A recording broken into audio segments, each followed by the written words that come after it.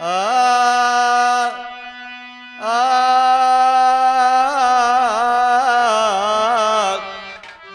अरे मोरे राम हो राम।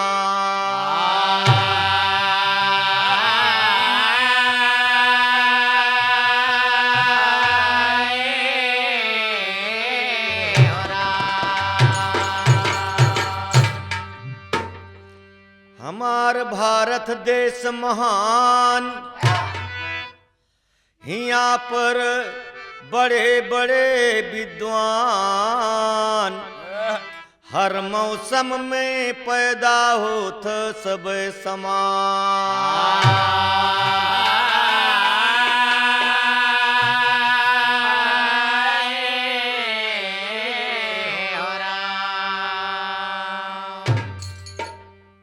भैया एक शेर है,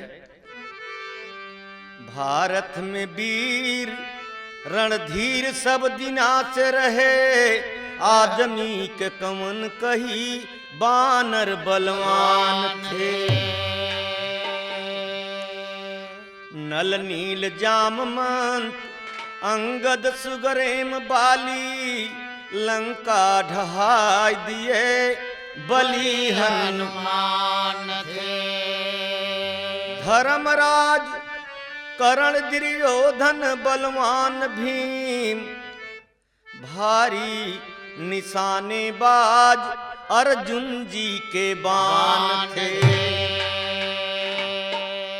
सांवर लोरिक बहादुर दोनों वीर रहे, यादव कुल में नाम किए भारी पहलवान थे।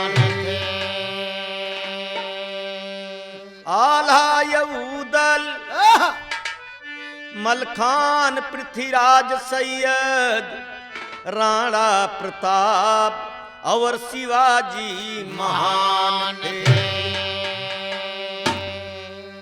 बाबू सुभाष चंद्रशेखर आजाद भगत, वल्लभ पटेल भाई गांधी जी महान थे।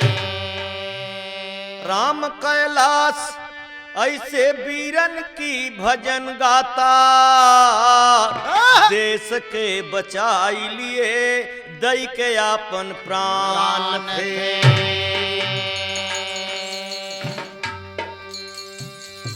बहादुर सब दिना से हमारे देश में रहे, और बहादुर वही होता है जो देश का शान रखता है, देश का लाज रखता है, अपने मट्टी के कीमत चुकाता है, उसका अमर गाथा बनता है। हमारे देश में तो लाखों लाखों वीर शहीद भये, सिर्फ जब देश गुलामी में जकड़ा रहा तब। किसी शायर ने ठीक कव्वाली का टुकड़ा दिया, अरे लगे जब सीने में चुभ जाई उसी को कहते हैं।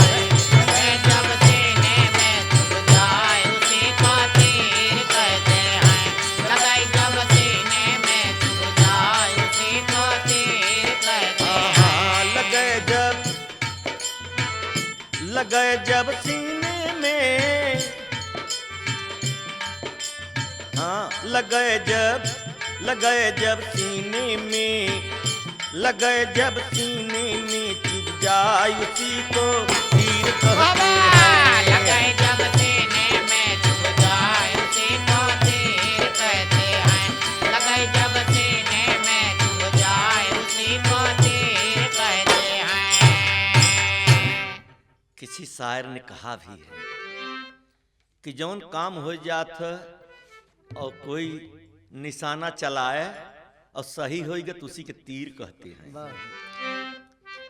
लगे जब सीने में चुभ जाए उसी को तीर कहते हैं, और वक्त पर जो आवत काम उसे शमशीर कहते हैं। वक्त पर जो आवत काम उसे शमशीर कहते हैं। वक्त पर जो आवत काम उसे शमशीर कहते हैं। वक्त पर जो आवत काम उसे शमशीर कहते हैं। वक्त पर जो वक्त पर हाय हाय हाँ हाँ हाँ हाँ वक्त पर जो आता है वक्त पर जो हाँ वक्त पर जो आता है यार उसे शमशीर कहते हैं वक्त पर जो आता काम उसे शमशीर कहते हैं वक्त पर जो आता काम उसे शमशीर कहते हैं उसे शमशीर कहते उसी को तीर कहते हैं। आगे तो फिर कहा वक्त पर यार जो काम आता है उसको शमशीर कहते हैं। और चुरई जब दूध में हाँ चुरई जब दूध में अरे चुरई जब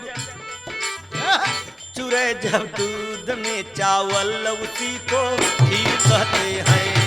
जब दूध में चावल उसी को खीर कहते हैं जब दूध में चावल उसी को खीर कहते हैं जब दूध में चावल उसी को खीर कहते हैं। अरे चुरई जब दूध में चावल दरना नरना नरना नरना नरना नरना ना ओ जी अरे हाँ हे बाबू चुरई जब अरे हाँ हाँ चुरई जब दूध में चावल उसी को जब दूध में चावल उसी को खीर कहते हैं जब दूध में चावल उसी को खीर कहते हैं। चुरई जब दूध में चावल अरे भाई उसको खीर कहते हैं। आखिरी बंद का बोला खुदा जाने खुदा जाने अल्लाह जाने वाह जी प्रभु जाने राम जाने रन में जूझ के हाँ समझत है का जवाब देगा कायक चूरा जब दूध में चावल उसी को खीर कहते हैं।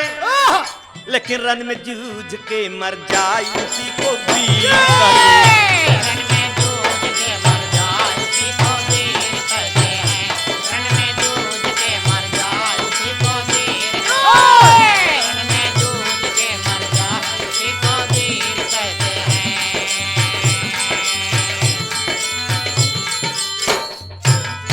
अरे उसी को वीर फिर क्या कहेंगे अरे उसी को वीर सरगम पदनी सा संधा पा मगरे सा गाथा कैलाश जात के यही कहते हैं। सचा कैलाश जात के अहीर कहते हैं सचा कैलाश जात के अहीर कहते हैं। अरे दुनिया वाले किसी ने पूछा क्या हो हमका यह हीर मारने वाला हीर जब कन्हैया ने मारा काली नाग को मारा आई माने सांप मारे मारे हीर। अरे भाई कहता कैलाश दात तो गीतों में ये कहता ओ यही कहते हैं। रात को गीतों में वो कहता वही कहते हैं रात को गीतों में जो कहता वही कहते हैं।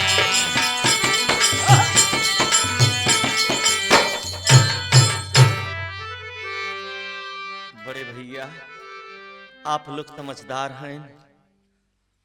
ये कव्वाली के टुकड़ा किसी शायर की बोल थी। हम कहा आप समझ लें ही और देश हमार का कैसे आजाद हुआ और अब का होता। वाह डबल अर्थ लेना भक्ति करना है तो देश बचाना है। वाह। पहली भक्ति जरा टेरी के बोल मार साहब।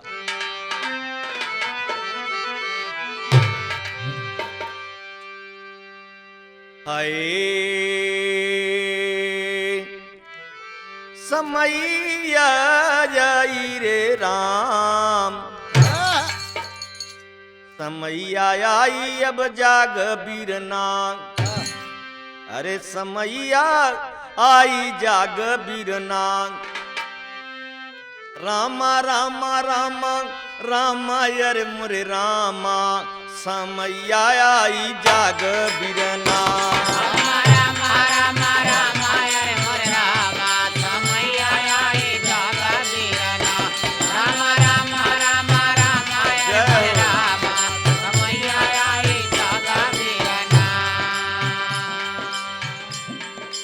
यूकी कंपनी में हबदेदास गाना खीरी दे रहा है कि बाबा तुलसीदास लिखे हैं, जो जानता है वही जनाता भी है, जो जागता है वही जगाता भी है। सोने वाले के सोने वाला नहीं जगावा।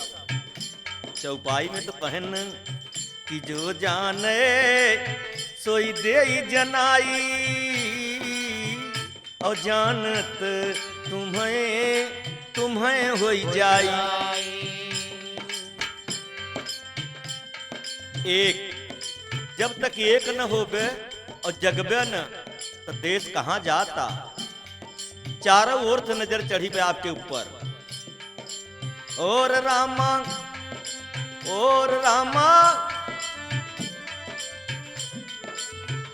रामा रामा रामा रामा यार मोरे रामा, समैया जाई जाग बीरना।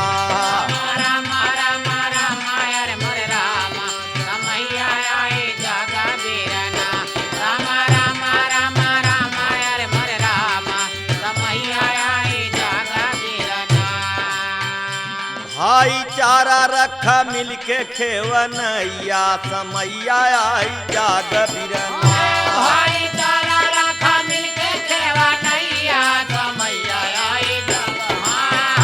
भाईचारा रखा मिलके खेवनैया, समैया आई जाग बीरना।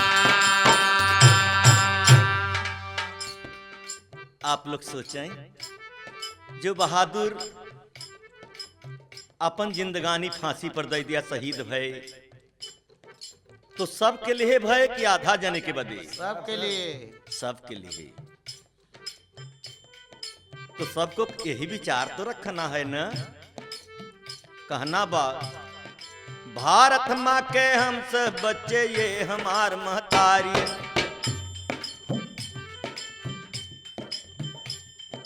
भारत माँ के हम सब बच्चे, ये हमार महतारी जी। दुनिया भर में लैसानियों शोभा इनकी न्यारी जी।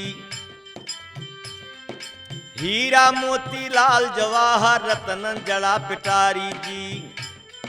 स्वर्ग से ही बढ़ के भुइया हमके यह प्यारी।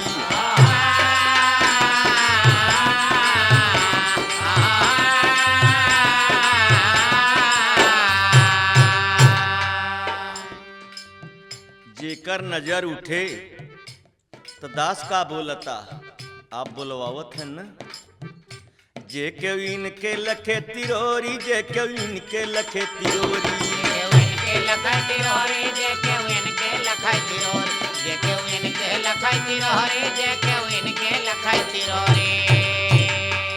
और जे के इनके लखे तिरोरी, ऊ न देखे दुनिया फेरी।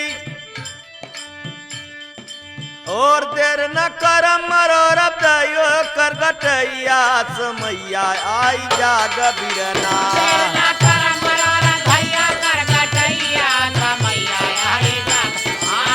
देर न कर मरोर दयो कर गटैया, समैया आई जाग बीरना। देर न कर मरोर हो राम।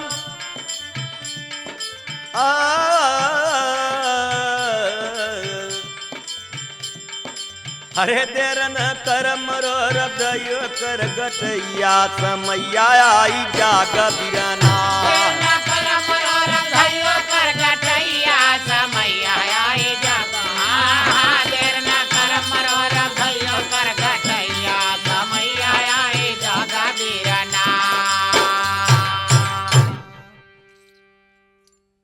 दास तो एक भीख मांग रहा है सुने वाले श्रोता से, सुने वाले भैयन से, सुने वाले बहनी भाई से, वाह काका दादा से कि समझे की जरूरत बा। आपके दातार ने समझ दिया है कि आपका कंप्यूटर कितना काम करता है। आप ऐसे सारे संसार में कंप्यूटर चल रहा है और आपका कंप्यूटर दातार ने बनाया। आपके बहुत समझ बूझ के सूझ से चलना है तो ठीक तर्ज हो भैया। कभो कभो हमारे यहाँ गरीब से गरीब जनता जो हो मुसहर जो जूठा पत्तल आज भी खा रहा है इसी आजाद देश में। पत्तल बनाता है, उसके पत्तल में सभी खाते हैं, लेकिन किसी न किसी पत्तल पर छूट जाता है तो जूठ खाता है। इसी देश आजाद में ऐसा होना न चाहिए। सरकार चाहता लेकिन बीच वाले नहीं करे देते हैं। तो कहना का बा तर्जवा उहई बा उ लोग गावत रहे पहले हमारे बचपना में। किसान नान रतिया डोला बहई जब पवन रतिया डोला बहाई जब पवन राम साना नाना रतिया डोला बहाई जब पवन राम। इत उनकर तर्ज रहा। ऐसी तर्जवा में कभो कभो सावन के महीनवा में हमारे सबके इलाहाबाद बनारस मिर्जापुर लोगन गावा करत थी। रीम झीम बरस रीम झीम बरसई कालाई सावन मारा।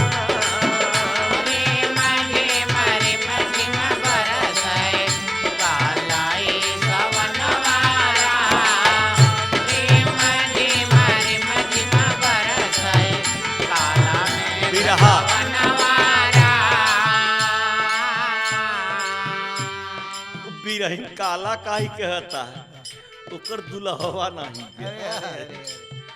ओके कुल ने वरई लागत जैसे काला अजोर अजोर अनियार लागे दिनवे की रात लागे। बिरहिनी के दर्द तो बिरहिन जा सकत है लाल जी। तबे तो कहे न कि जे करे गोड़े न जाय बेवाई ऊ का जाने पीर पराई। दूसरे का दर्द दूसर के नहीं जानत। हिया तलक की दुल्हनी के दुल्हा तक नहीं जान पाओ कि ओकर मन का कहत होई। रीम झीम बरसई बरसई बदरा सावन राम गोरी के भवन नहीं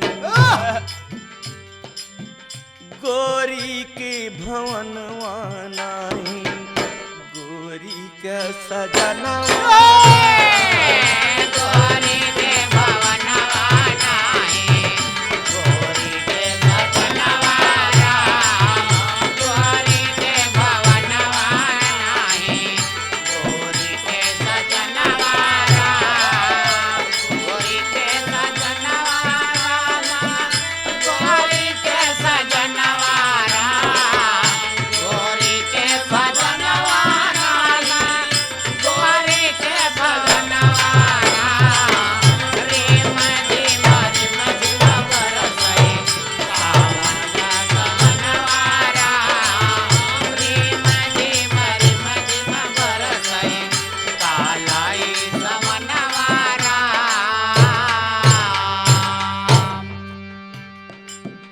भैया साइकिल में दो पहिया होता एक की न रहे तो का चले हवा कम हो जाए तो का चले।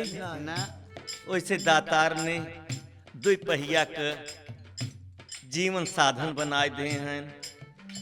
हम दुल्हन साधन न हो साधन अही साधक न हो साधक न हो। हाँ। तो कहना भी बा अकेले में कितना डर लागत है जब बिजली चमकत है। गोरी के भवनवा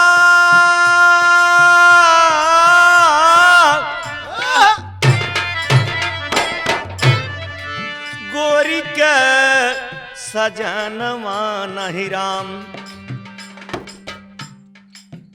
रातिया में डर लागई सोवत की डर लागई विद्या से जिया अकेले डर लागई खन गई जब कंगनवा राम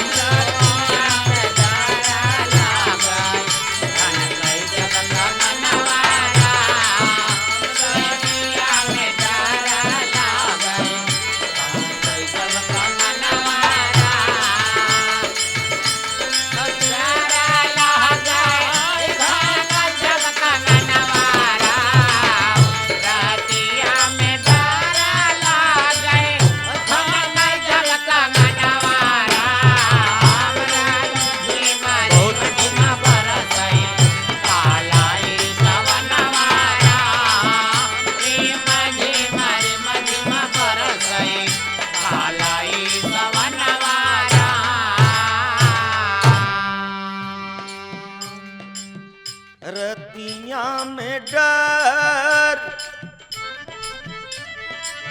डर लागई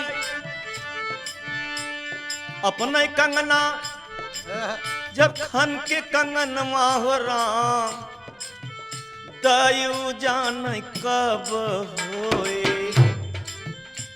राम जान कब होए सैया दयु जान कब होए पिया से मिलन वाला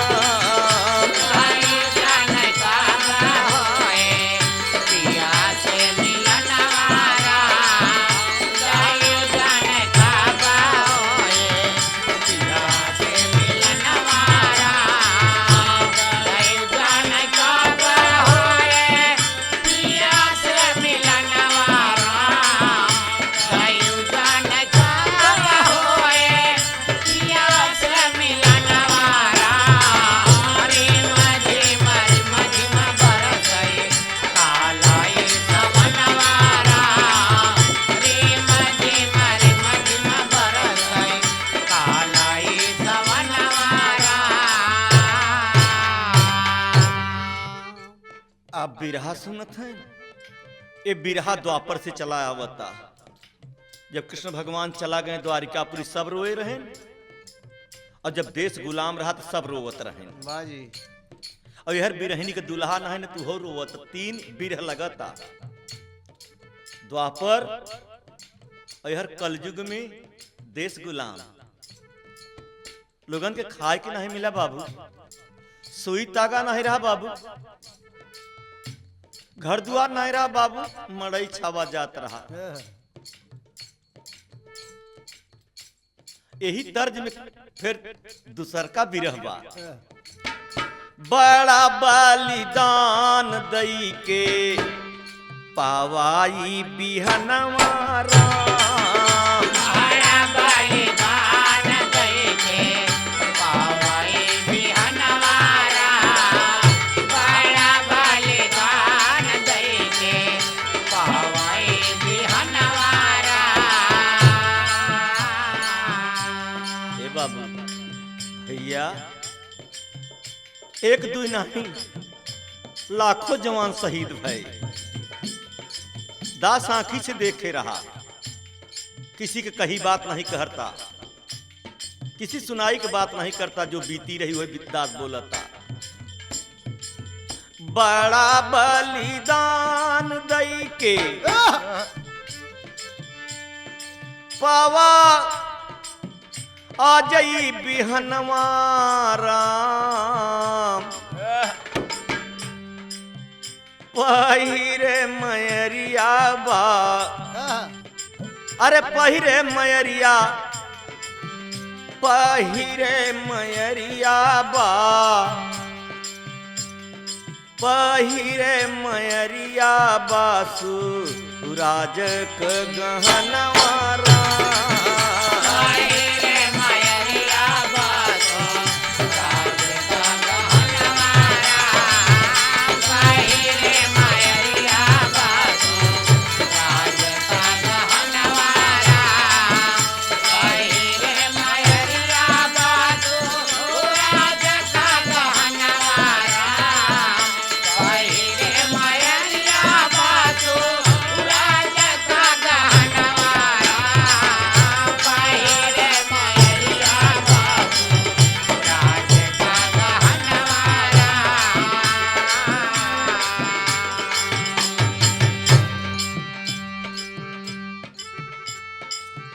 पहिरे मयरिया दरना नार हो नारा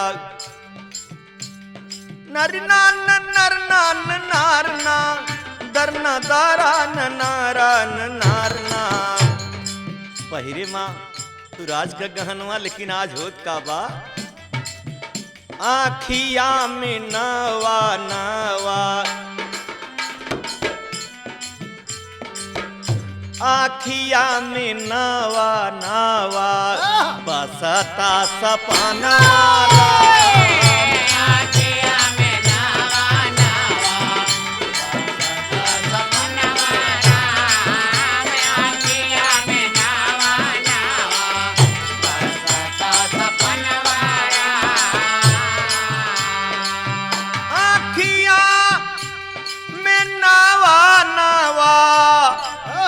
बसता समनवा खिया में नवा नवा बसता सपनवा हो बाबा आखिया में नवा रे नवा बसता सपनवा राम चारू ओरी देख बबुआ अरे चारू ओरी देख मितवा चारू ओरी देख पंदू बढ़ता चरणवा